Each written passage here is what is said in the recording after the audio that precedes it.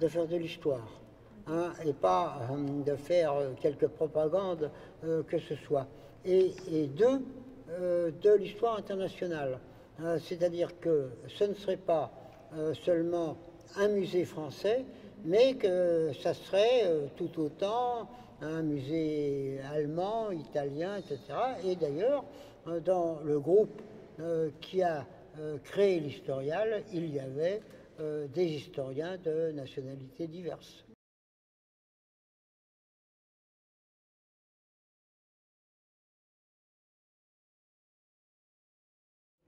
Elle a éclaté finalement par hasard, un hasard qui aurait pu se reproduire en d'autres circonstances, mais personne ne peut dire ce qui se serait produit dans d'autres circonstances.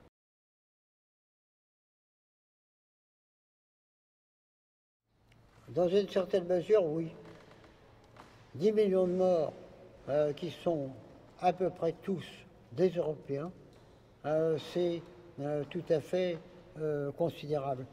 Encore que la réponse serait plus complète si je vous disais que la Seconde Guerre mondiale est directement provoquée par les conséquences de la Première Guerre mondiale, et alors évidemment là on peut parler suicide de l'Europe, ça semble être une formule, mais que l'Europe a évidemment gravement subi les effets de ces deux guerres.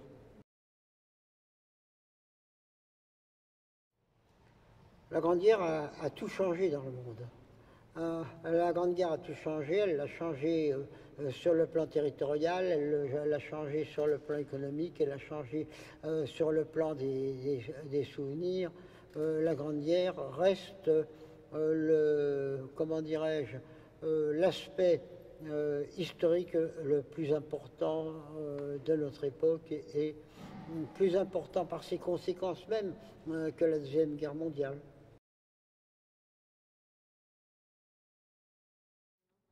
Alors, je me garderai bien de répondre à votre question parce que je crois que non, mais au fond, si on avait posé la même question aux Européens d'avant 1914, ils vous auraient répondu probablement non.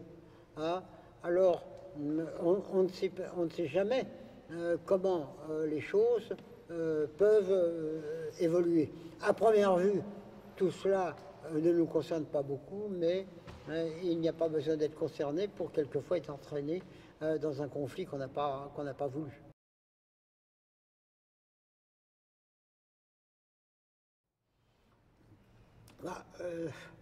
Cette éducation est également extrêmement difficile dans la situation actuelle où effectivement aucune guerre n'est pensable en ce qui concerne la France.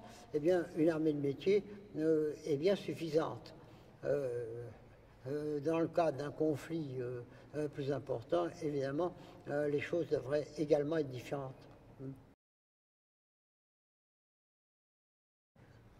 Alors là, c'est la question difficile, difficile par excellence. Je crois que, un, ils font bien leur travail. Je crois que, deux, ils sont peut-être un peu trop soumis aux idées de l'État, aux volontés de l'État. Ainsi, c'est bien d'évoquer le centenaire de la Première Guerre mondiale. Peut-être l'est-il évoqué un peu trop. Cela risque d'avoir un effet de saturation. Alors, je ne dirais pas que les journalistes ne font pas leur travail, ils font leur travail, mais probablement qu'il faudrait créer les conditions pour qu'ils puissent faire leur travail dans de meilleures conditions.